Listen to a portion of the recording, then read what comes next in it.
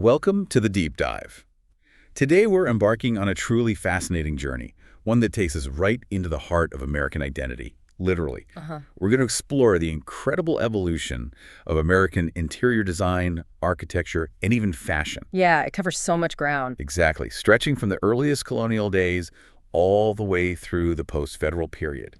Now, we've taken a rich collection of articles, research notes. A lot of material. A lot. And our mission is to unpack it all for you, extracting the most important nuggets of knowledge and insight. Okay, let's unpack this. And what's truly fascinating here is that this isn't just about tracing changes in dusty old furniture or, the shape of a dress over time. Right, it's more than just aesthetics. Much more.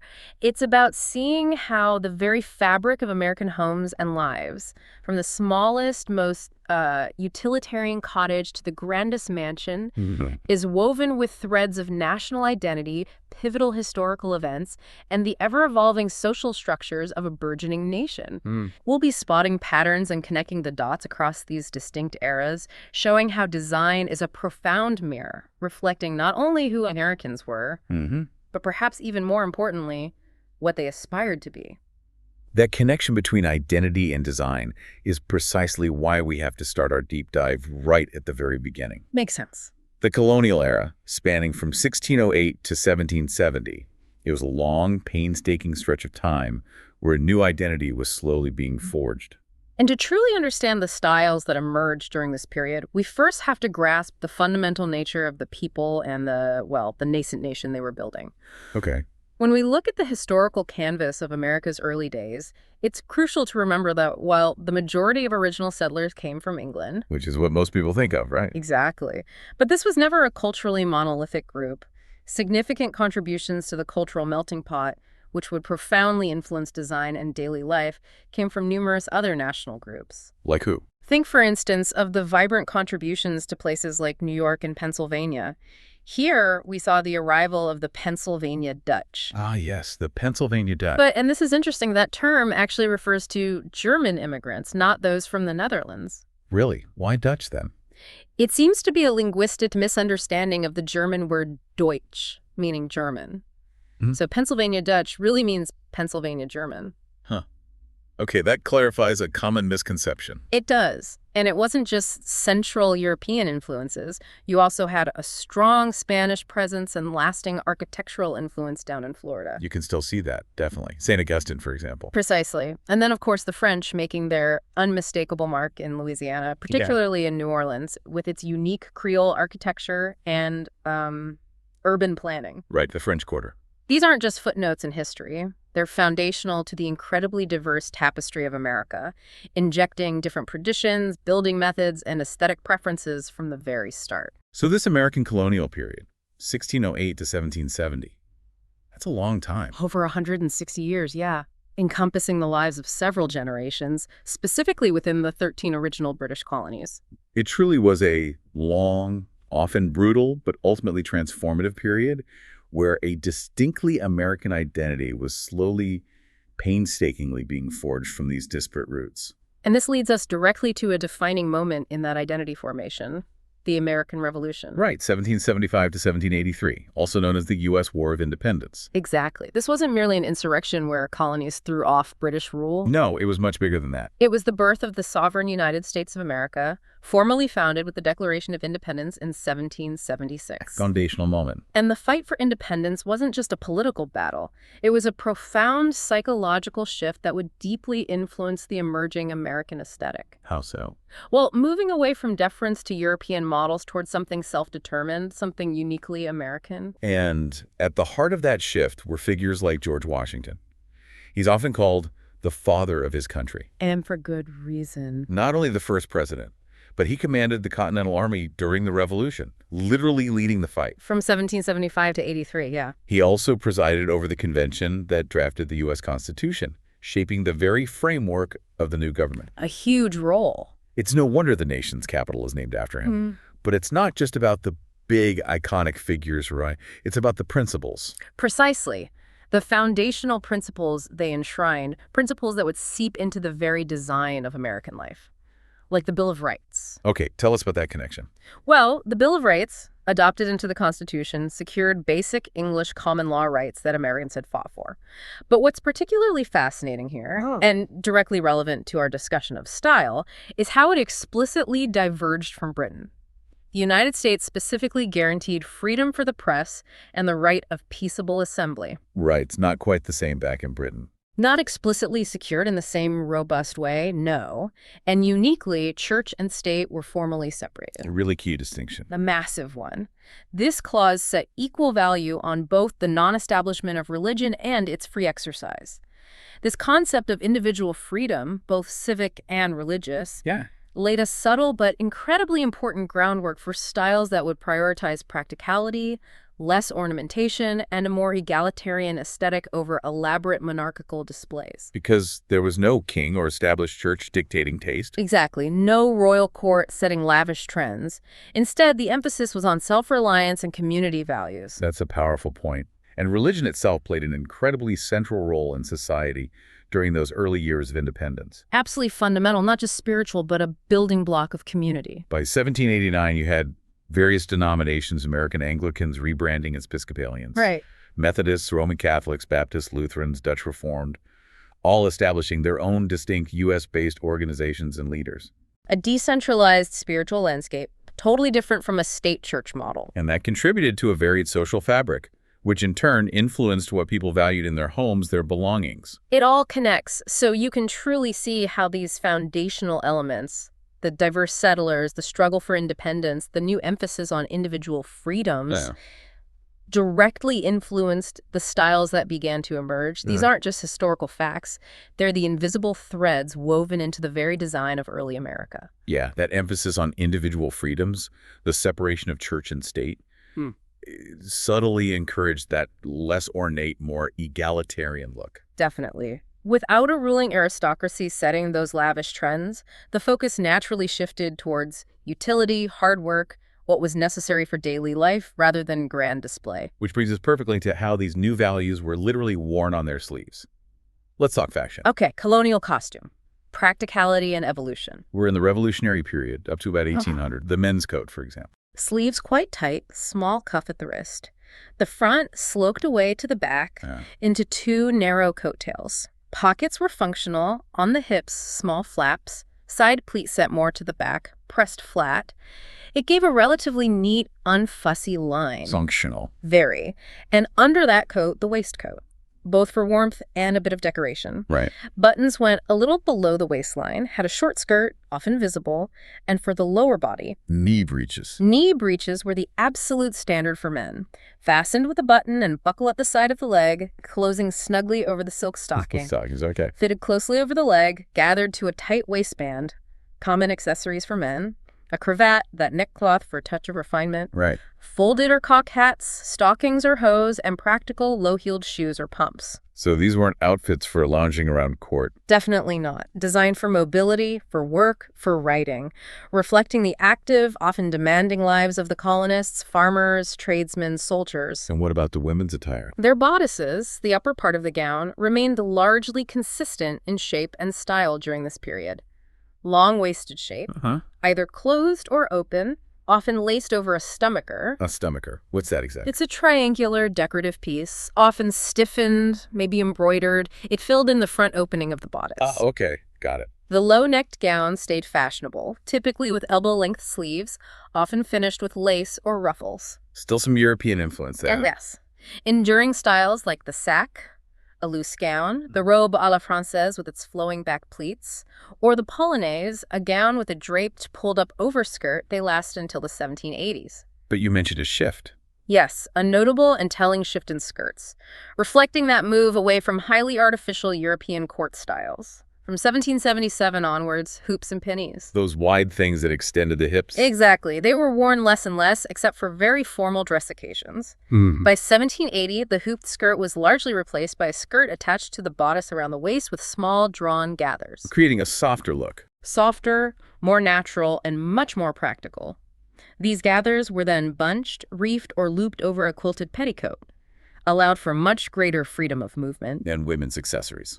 a lace neck kerchief, the stomacher we mentioned, a practical lace apron for daily wear, a silk petticoat for warmth and shape, Uh-huh. hats with a crown and wide brim for sun protection, buckle shoes, and sleeve ruffs at the elbows. So these details really tell a story. Absolutely. They reveal a great deal about daily life, social status, and you can see that subtle but definite shift towards more comfort and practicality, moving away from the restrictive, ostentatious European court fashions. Defining a new kind of elegance based on function. Precisely. Now, let's talk about how these emerging values were literally built into their homes. Architectural roots. Right, from medieval adaptations to distinct American forms. The very first American colonial houses.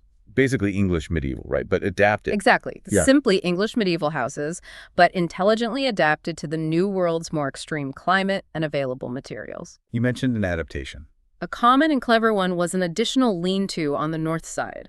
The roof would extend down close to the ground. Like an extra layer. An extra layer of insulation, yes.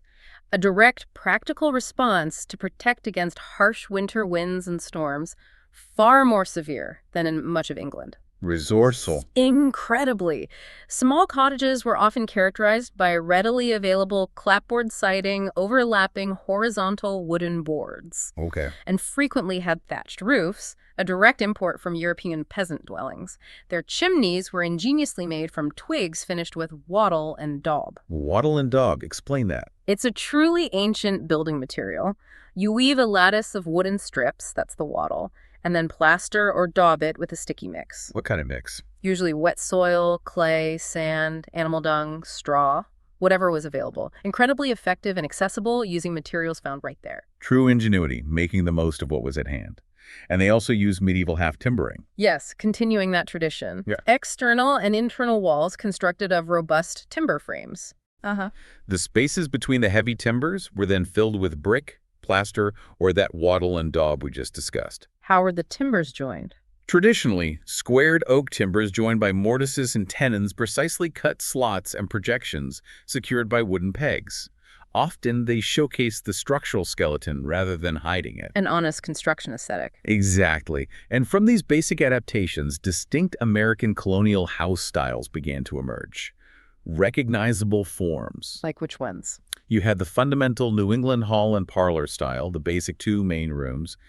Then the Garrison Colonial, Okay. developed from that, often with an L, a wing, or extension, usually off the side or rear. And the salt box, that's iconic. The New England salt box, yes, named for its resemblance to old wooden salt boxes, characterized by that distinctive long, sloping roof in the back, often dropping to just 1 story.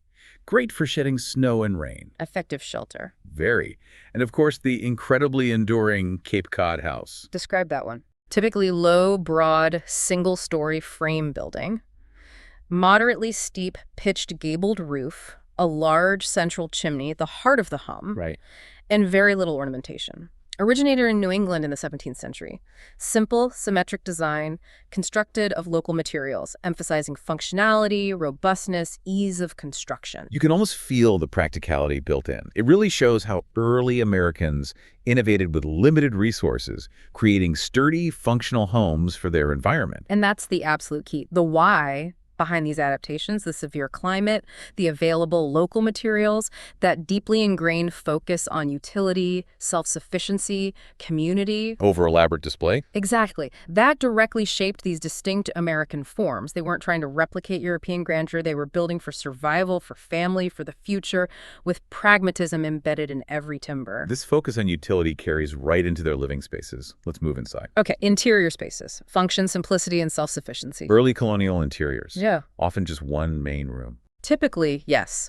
1 all-purpose room with a central fireplace serving as the lifeline for both cooking and heating. Imagine kitchen, living room, dining room, all in one. Wow. The front door often opened directly into a long hallway which enclosed a steep stairway leading up to the attic.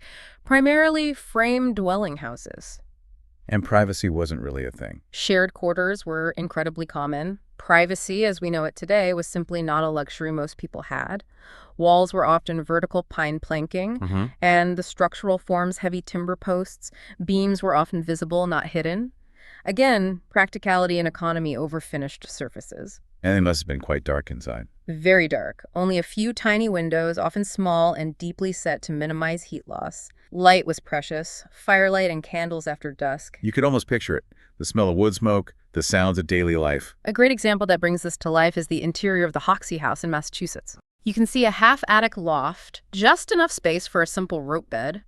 And what's truly telling is the spinning wheel in the main space below and 2 wool winders in the loft. Showing home production. Directly reflects the essential home production of woolen textiles, a necessary skill for every household.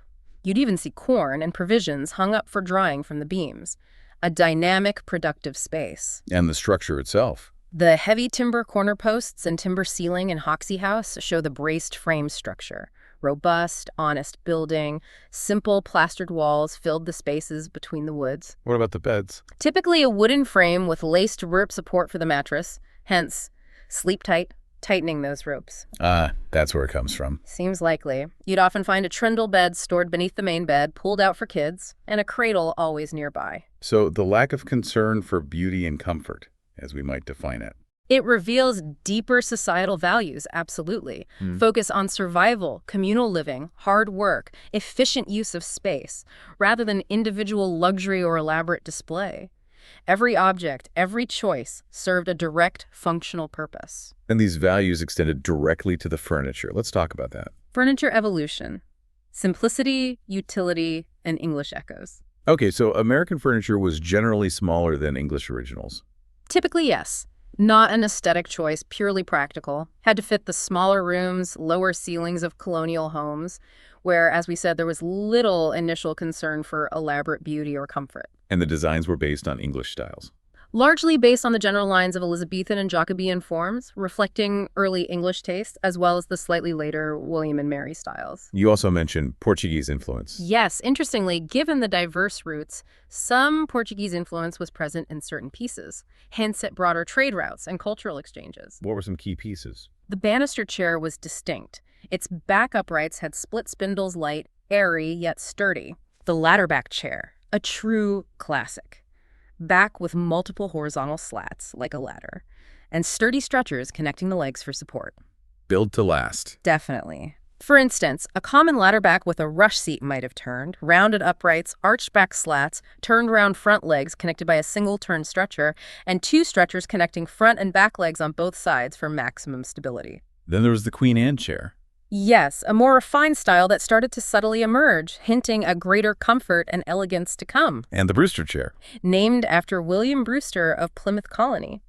Featured 4 heavy turned posts, substantial, almost architectural, and a splat, the vertical piece in the back, resembling a sunflower with Jacobean turnings, those distinctive carved spiral shapes. And that sunflower motif appeared elsewhere. Yes, on chests, like the uniquely American sunflower chest, or Hadley chest. Distinct carved decoration of a sunflower panel, a tulip, an all-over pattern of flowers and sinuous vines carved in. So not just functional, but starting to show some decorative flair. Exactly. Robust construction, distinct carved motifs, hinting at English traditions while forging something uniquely American in their strong, almost sculptural presence. What about multi-purpose pieces? They must have been crucial.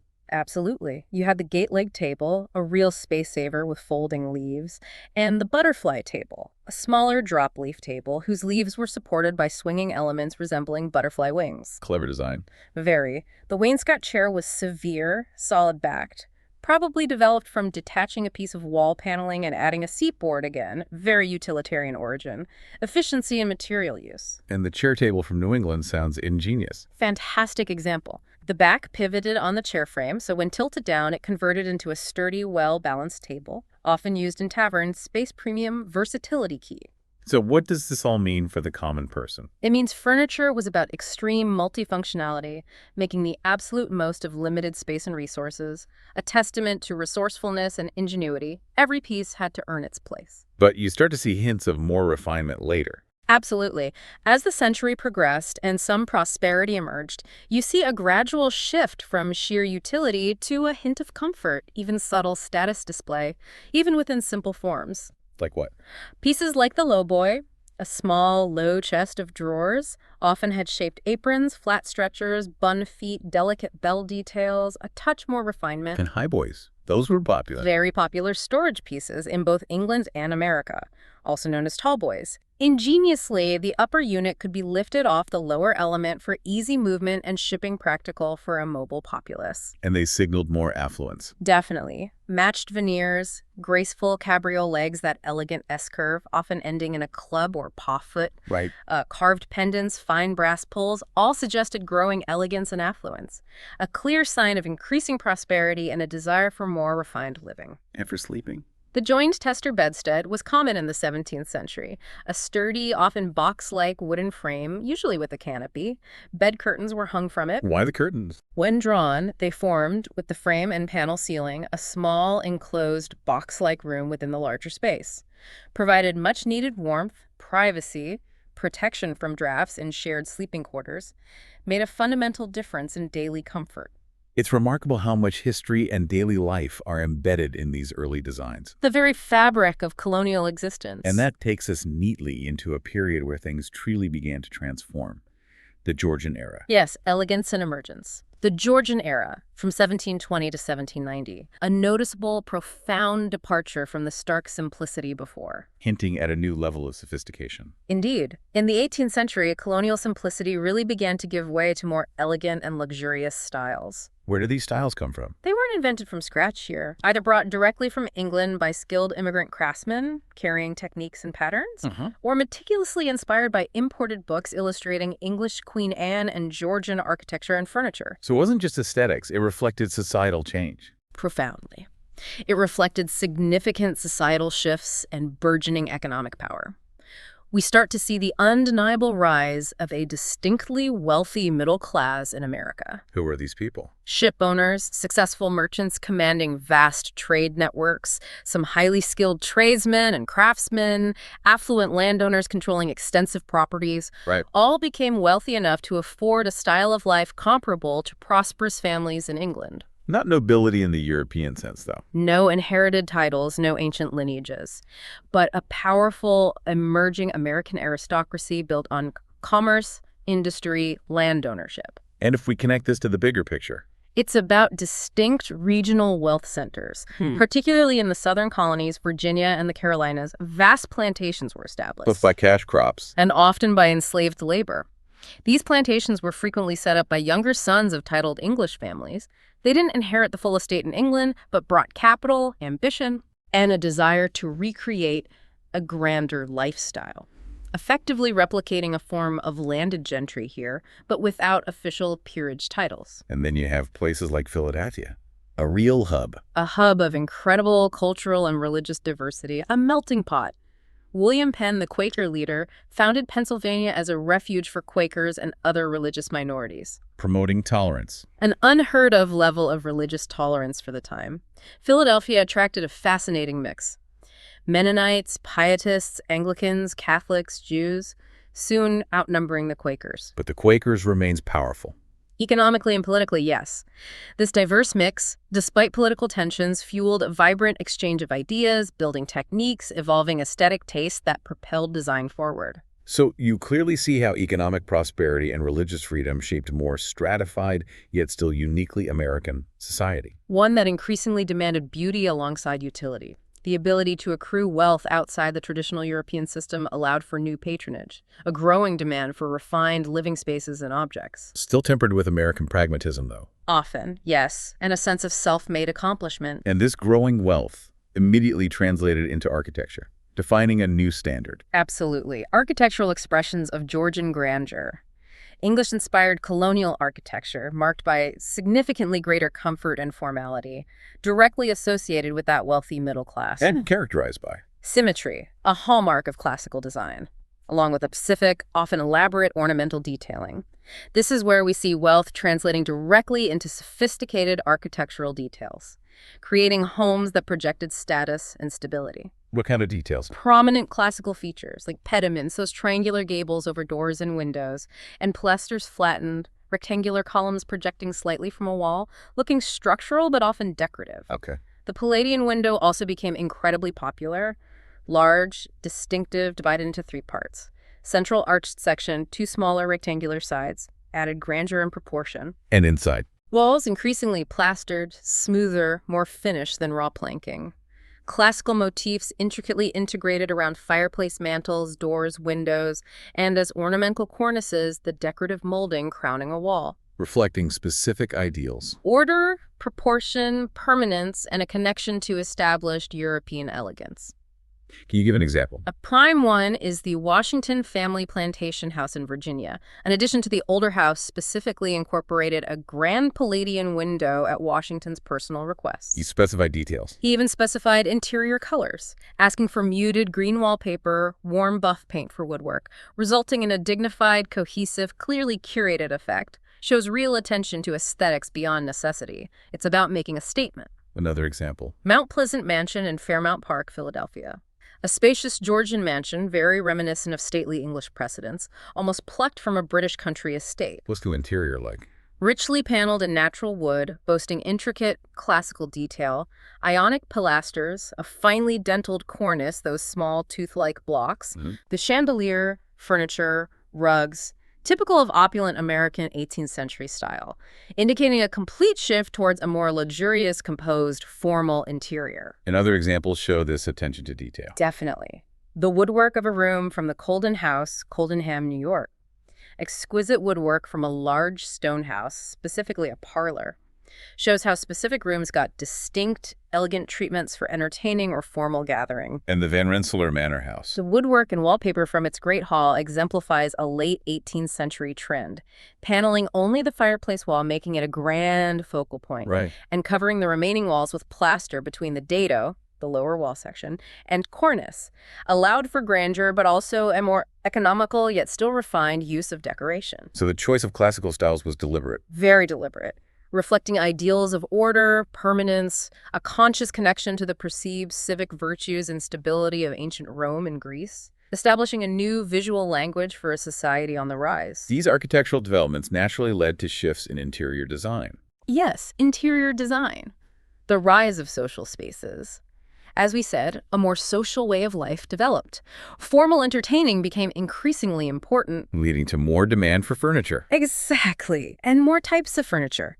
The burgeoning demand for more tables specifically for serving tea, playing parlor games like whist, and general entertaining required a proliferation of new pieces beyond basic utility.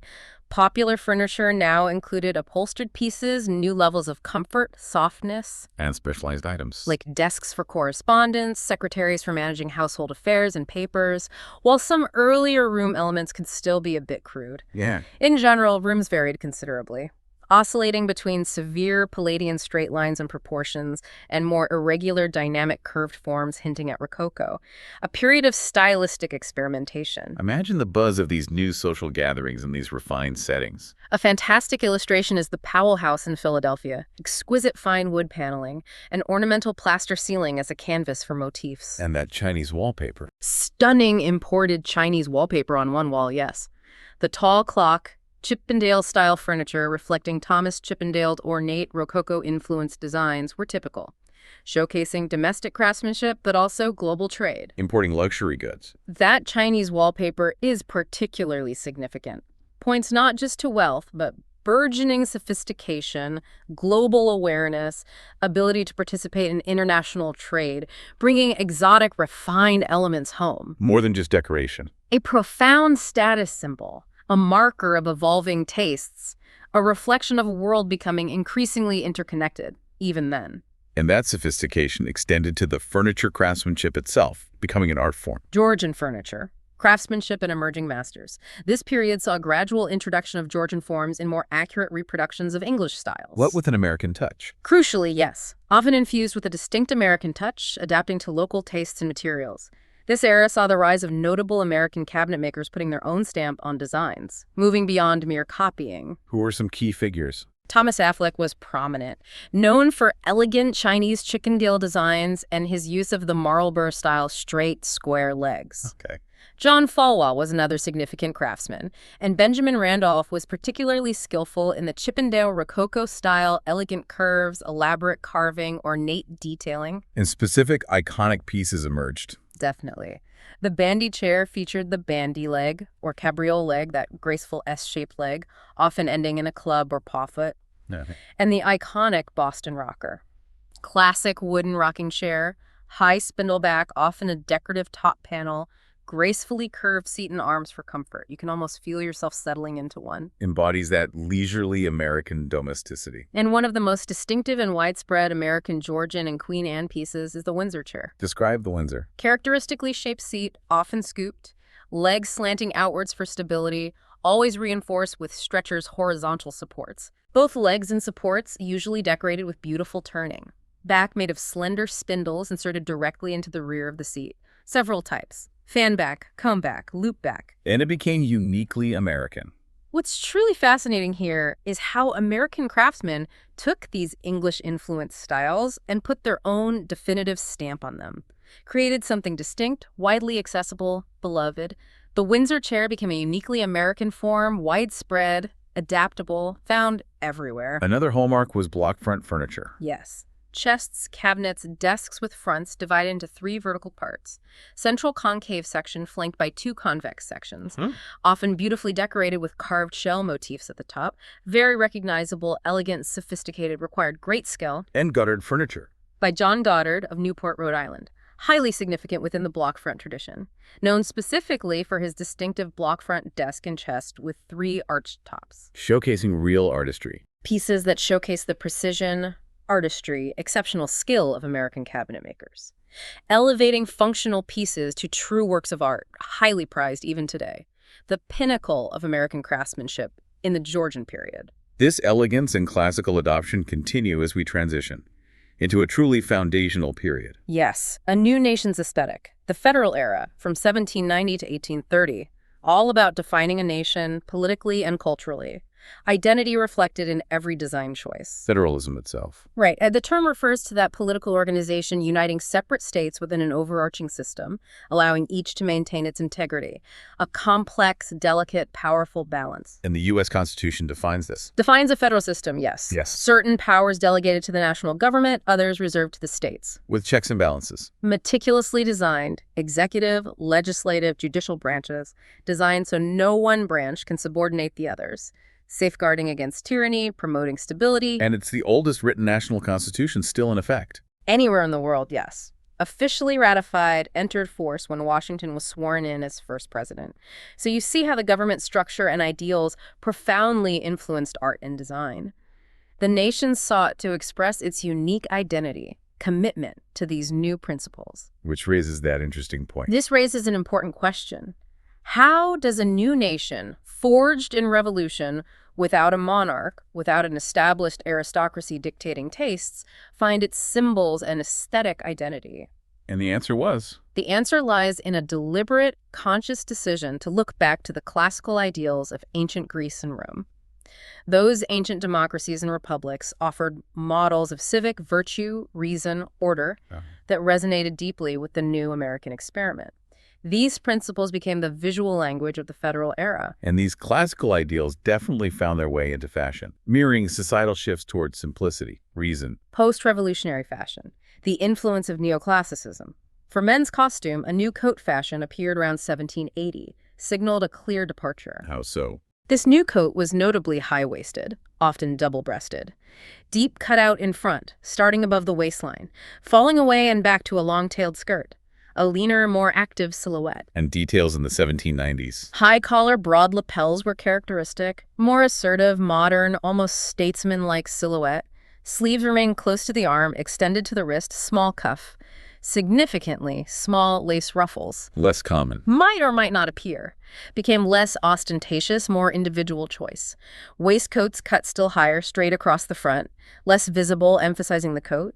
Breeches, hats, stockings, shoes remained common. So you see parallels with the new national identity. Absolutely. A clear move towards more streamlined, less aristocratic, more egalitarian styles, reflecting a new kind of self-made man, a citizen of the Republic. And women's costume also transformed. Significantly. The neck and shoulders, often bare from a low-cut bodice, retained until the 1790s. Hint of continued femininity. The abbreviated sack and polonaise, more elaborate gowns, fashionable until 1790. But then a shift. As 1790 approached, many women increasingly tended to follow the masculine mode of dress, A truly fascinating social development. Like wearing jackets and coats. Exactly. The cut jacket and coat became very fashionable, often made with lapels fastened across the front with buttons and loops, directly echoing men's tailored wear. Why this shift? It reveals the pervasive influence of neoclassical ideals, preference for simplicity, reason, a more natural, less artificial silhouette on both male and female fashion. Moving away from Rococo excess. A conscious move away from elaborate, restrictive Rococo associated with old European monarchies and courtly rituals.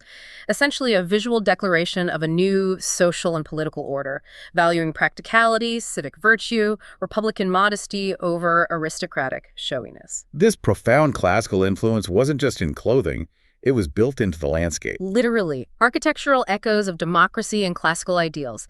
Thomas Jefferson, statesman, president, brilliant architect, had immense influence, shaped its character. Like at the University of Virginia. Indeed. The rotunda, meticulously designed. Housed the library. Center of learning, powerful architectural statement.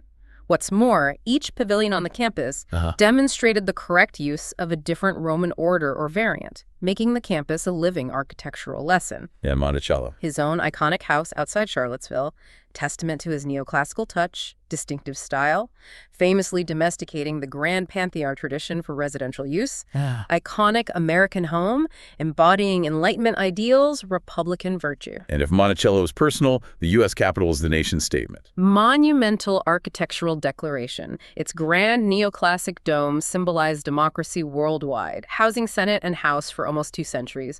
Architects like William Thornton, Benjamin Henry Latrobe, instrumental in this vision. You can feel how the buildings reflected the Republic's ideals. Order, reason, stability, connection to the noble past, deliberately. And specific styles emerged from this. The deliberate choice of these classical styles is crucial. The Greek Revival, for example, adopted forms of ancient Greek temples, dominated American architecture 1818 to 1850. A truly national style. The first one, yes. Found in all regions, immensely popular due to associations with classical tradition, democracy, liberty, incredibly adaptable, permeated all levels of building, high to low. Example, Custom House, New York by Town, and Davis and Frazee became the visual shorthand for being American. But not the only revival style? No. The Gothic Revival also emerged, stark contrast aesthetically, strong associations with religion, the picturesque, romanticized connection to nature. Based on medieval style. English and French precedents, late 12th, 15th centuries. Reinterpreted. Found in ecclesiastical and residential architecture. Think Trinity Church, NY by Upjohn. Soaring spires, intricate detail, evoke spiritual grandeur, historical rootedness. So the why these styles were chosen is key. Incredibly significant for understanding the Federal era's spirit. Deliberate decision to evoke ancient Greece and Rome. Emphasizing rational thought, civic virtue, timelessness for a young nation establishing its own heritage. Separate from old Europe's perceived corruption and monarchies, these buildings were moral statements as much as architectural ones. This classical emphasis permeated interior design, too, creating spaces of refinement, order. Interior design, refinement, symbolism, and specialized spaces. After the Revolution, a truly distinct classical style of furniture developed, clearly influenced by elegant French directoire and empire styles. And English style? English Hepplite, Sheraton Regency styles, yes. The term federal referred to Hamilton's political party favoring strong central government. This federal period, sometimes American Empire, was the first totally distinct American period in decorative arts. Unique, influential. And Duncan Phyfe emerged here. Almost universally credited as America's first great furniture designer, a master of this new aesthetic. What characterized this period's design? Exquisite delicacy, profound refinement, excellent proportions, every line felt just right. Characterized by graceful straight lines, light construction, elegantly tapered legs, intricate inlay, where pieces of contrasting wood or material are set into the surface, and beautifully contrasting veneers. Within this broad federal period, even distinct sub-periods, 1805-1815, style often called American directoire, popular, depthly characterized by direct Greek and Roman influences, and 1810-1830 marks the American Empire period, slightly more robust, grander interpretation of those same classical themes. You mentioned a distinctive nationalistic element. The eagle, a truly distinctive symbol. The bald eagle was adopted as a national emblem, widely, almost ubiquitously used as a decorative motif, leading this era sometimes to be called the American Eagle era. Drawing inspiration from Greece and Rome. Inspiration drawn from classical imagery, yes, but applied to a uniquely American symbol.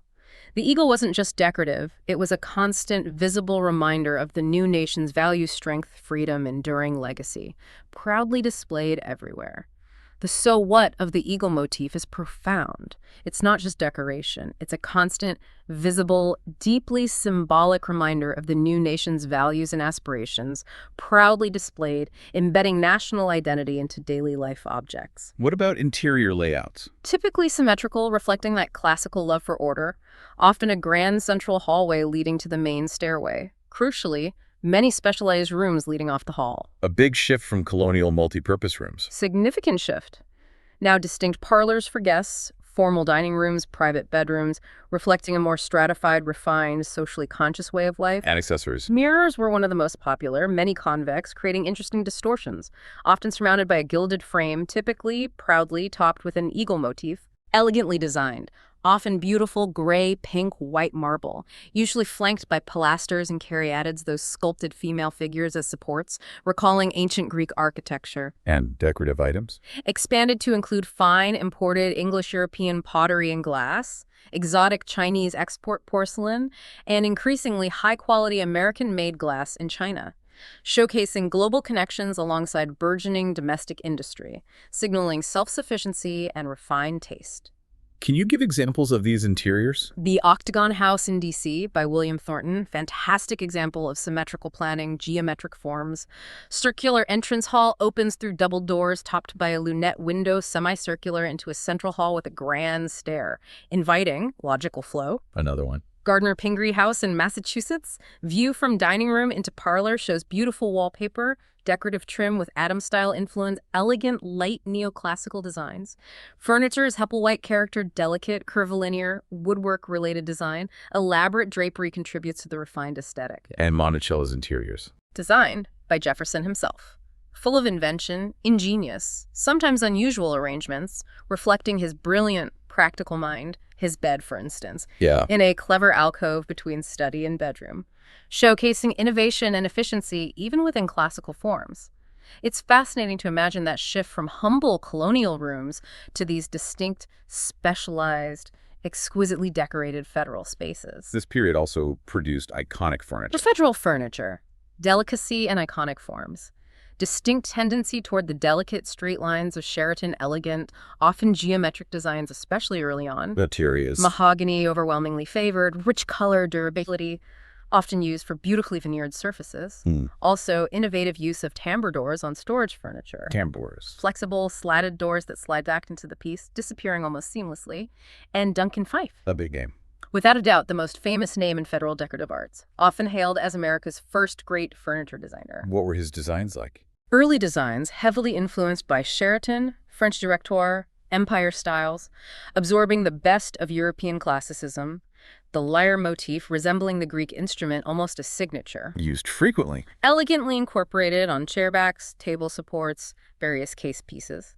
Around 1815, perhaps reflecting a shift in taste towards solidity, his designs became noticeably heavier, more cumbersome, moving away from that initial delicacy. How did his chairs change? Often used distinctive X-crossed legs, showed clear Pompeian influence, echoing renewed interest in classical archaeology, discoveries from Pompeii. And his later style. Picked up the robust French Empire style, but adapted it to be heavier, sturdier. Departing from his earlier lighter touch, claw and bracket feet decorative, carved feet, and heavy pedestal tables became very popular. Gravitas, permanence. Other detail. Metal mounts used extensively for embellishment, adding glint, detail. While mahogany remained paramount, some Native American woods like oak, ash, hickory, fruit woods were also incorporated, grounding designs in the American landscape.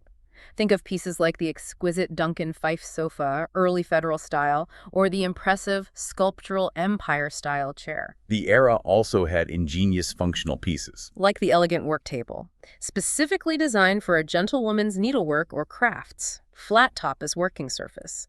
Embroidery material stored in a fabric bag below a drawer, pulled out for access, shows evolving gender roles, increasing leisure time, refined pursuits for affluent women. And card tables. Became indispensable for the new emphasis on social entertainment, reflecting a more sophisticated domestic life. Other key makers? Samuel McIntyre of Salem, Massachusetts, meticulously followed elegant Hepplewhite styles. His chairs often had distinctive shield, oval, or lyre backs, similar to some Fife designs. See his elegant touch in pieces like the McIntyre sofa. So the furniture reflected national aspirations. These delicate lines, refined forms, really connect to national aspirations for refinement, a cultivated image. Furniture became a canvas for new national symbols proudly displayed in homes of the new republic. And that brings us to our final period today, the Eclectic Age. Post-Federal American from 1840 to 1880. A fascinating, often bewildering wild ride, marked by rapid expansion, technological innovation, and a popular love for ostentation and display. That sometimes went overboard. Frankly, yes, sometimes bordered on the excessive. The term Victorian comes in here. Often refers broadly to Queen Victoria's reign, 1837-1901. More generally, the second half of the 19th century. Immense social industrial change. In the U.S., some historians use it specifically for the post-Civil War period, when industrialization, new wealth truly exploded. And there's a tension here. What's fascinating here is the tension between that rapid expansion, embrace of new manufacturing tech, and the perceived decline in design quality. Sources actually suggest little in the middle of the 19th century which American furniture manufacturers can be proud of. Wow, harsh criticism. Implying a move towards mass production that sometimes prioritized quantity over nuanced design, often resulting in heavily proportioned, over-ornamented, far too elaborate pieces. That's a stark assessment. Shows how societal shift and industrialization can have mixed outcomes in design. Wider availability, but maybe less handcrafted elegance. And this translates directly into the interiors. Yes. Characterized by intensely cluttered rooms, often obscure traffic patterns, every surface filled, every corner adorned, maximalism. The parlor became important. Highly designated formal room, meticulously arranged for receiving guests, structured conversation, reflecting increasingly rigid, complex social rituals, a space for display. So cluttered means layers accumulating. Exactly. Surfaces filled, pathways winding around furniture, the hallway often a welcoming statement. Umbrella stand, chair for boots, folding table for calling cards, almost always an impressive, grand stairway setting the tone. Flooring. Opulent, intricately patterned carpets common, laid over wooden floors, adding plushness, warmth, luxury, absorbing sound, creating richness. And influenced by many revival styles. An explosion of them, leading to this truly eclectic age. Strong influences from general American Victorian aesthetics, resurgence of Rococo revival, exotic touches from Turkish revival, Egyptian revival, alongside continued Gothic revival. Embracing excessive ornamentation. Widespread embrace. Perhaps a reaction to perceived simplicity of earlier eras, a restless search for identity in a rapidly changing world, often expressed through romanticized historical styles borrowed globally. Despite criticism, there were still key furniture makers. Making significant contributions, pushing boundaries. John H. Belter, prominent American cabinet maker, mid-19th century, called the Chippendale of Victorian furniture, important for innovative designs, mastery of laminated wood. What style did he work in? Predominantly Rococo revival, popular late 1840s to about 1860. Designs notable for intricate carving, using multiple layers of laminated wood he molded and shaped. Allowed elaborate, flowing, surprisingly strong forms impossible with solid wood. And Daniel Pabst. Leading cabinet maker in Philadelphia, a city with many skilled German makers. Pabst's furniture, by contrast, tends to be massive. Lacks the airy quality of other styles. Different aesthetic approach, solidity, bold presence. So even in a criticized period, individual craftsmen shone through. High levels of skill and artistic vision persisted, like the continuous thread of skilled craftsmanship, even amidst changing tastes and industrial shifts. And people embraced new accessories and tech. Responded enthusiastically. Allowed for more widespread decoration. Furniture and accessories, embracing decoration and new technologies. Beyond large pieces, items like the whatnot shelf. For displaying things. Open shelving, often tiered specifically for decorative objects, trinkets, curios. And the hassock, a soft footstool, more likely to have distinct feet, specific upholstered shape, adding comfort, texture. And new printing and photo tech changed things. Really changed how people decorated, remembered loved ones. Colored lithographs emerged, revolutionary printing using stone or flat surface, mass-produced, colorful art far more accessible than paintings. Silhouettes, too. Rise of the portrait silhouette. Simple, stark profile cut from dark paper. Popular, inexpensive portraiture, Modern artists still make them. And photography. Perhaps most revolutionary, the daguerreotype. Early photographic process. Unique, highly detailed image on silvered copper plate. First, truly realistic, permanent portraits. Fundamentally changed how people captured, remembered family and friends. Other accessories. Small statues in bronze became popular, adding classical or artistic flair, if we connect this to the bigger picture. Yeah. The explosion of accessories, mention of interior colors like Salem white, green room, Vernon blue, Windsor gold, reflects broader societal desire for personal expression, material abundance, progress. People could afford more than necessities, could curate their environment, reflecting aspirations, tastes. This period truly was eclectic, bringing global influences. Reflecting global exploration, trade, political events. Let's do a deep dive into revival styles, a global tapestry of influence. Okay, Gothic Revival first. In American furniture, 1840-1880, consciously incorporated essential elements from medieval cathedrals. Delicate tracery, intricate stonework patterns, pointed arches, circular rose windows transformed into motifs, quatrefoils, those four-lobed shapes. How was it embellished? Often sharply cut out parts, distinctive spiral or spool turnings, reminiscent of Elizabethan style. Oak favored strong, durable connection to older, authentic aesthetic. Do you picture a piece? Imagine a Gothic Revival table. Extraordinary specimen, marble top, brightly colored pieces, adorned with other dramatic Gothic elements. Pointed gables, robust trestle feet, sharp incised linear decoration, elaborate strapwork flat intertwined bands. Bold theatrical statement piece, far from earlier simplicity. And Rococo Revival. In American furniture, 1840-1870, silhouette immediately recognizable, curving asymmetrical overall shapes, bold, naturalistic, piercework, intricate cutout patterns. Construction details.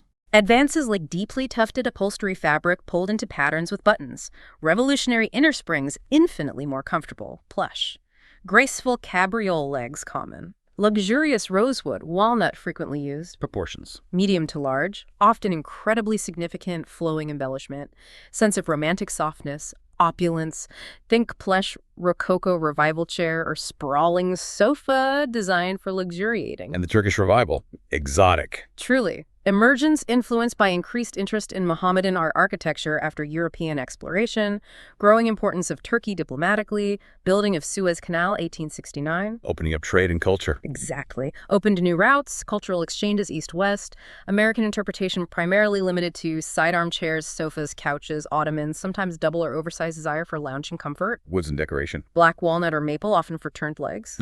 Native hardwood softwoods for upholstery frames. Decoration. Rich, plain, or figured upholstery material, corresponding fringe seat to floor, elaborate arm tassels, luxurious, textural, inviting feel. Upholstery materials. Opulent, plush, velour, rich, brocatel, heavy jacquard fabric, raised design. Right. Tapestry, brocade, fine leather. It's awe-inspiring how many global influences found their way into American homes, reflecting a nation increasingly connected to the world. Finally, Egyptian Revival. Saw a resurgence, too. Roots traced to Napoleon's Egyptian campaign 1798. Egyptian motifs began filtering into European furniture vocabulary. When did it hit the U.S.? Occasionally found on neoclassical pieces, 1820s, 30s, but wasn't until exoticism came into widespread fashion post-Civil War that American makers produced more fully realized designs. Example. Center table or armchair boldly adorned with Egyptian motifs, sphinxes, lotus blossoms, hieroglyphs. Despite historical nods, what's crucial is that these revivals, regardless of origin, were distinctly American in their often maximalist execution, sheer exuberance, reflecting profound desire to showcase newfound wealth, global knowledge, cultural sophistication. Wow, what an incredible journey we've taken today through the evolution of American style. It really covers a lot. Right from the humble, incredibly practical beginnings of colonial America, through periods of grand elegance and refined classicism in Georgian and federal eras, and ultimately into the eclectic, often excessive explosion of global influences in the post-federal period.